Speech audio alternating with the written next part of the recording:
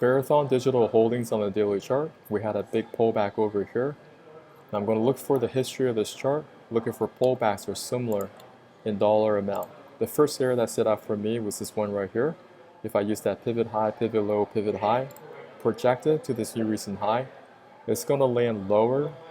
So I still got a little bit more patience that needs to take place, where I got to make sure it actually gets around this area for me to actually start considering. Now that's my first price relationship. The second one, I could use my Fibonacci retracements, clicking from that pivot low to pivot high. When I make this pull, I do have a 6-1 retracement that also slightly above that 𝗕𝗶𝗁 support work that I just did. Now if I want to find a third price relationship, this is a little bit more advanced. This is swings in the same direction. I'm clicking from that pivot high to pivot low. I'm going to project it to this new recent pivot high, and that's going to provide me a 𝗕𝗶𝗁 support that also lands right around the same area. If I have to look at it from another perspective, I'm going to duplicate this trend line. After I duplicate it, I'm going to project it to this area right here, and you can see when I project it, it lands right around the same area. So what I need to do going forward, I need to see how price reacts to the zone. I need a little bit more sell-off. And from here, I like to see if I can get a bounce out of here on a 15-minute time frame.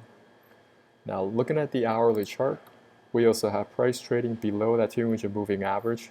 So you got to be patient with this one. You want to see the bounce.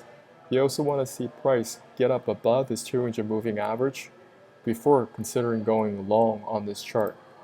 I'm looking for a lot, I know, but this is what I got to do day in and day out.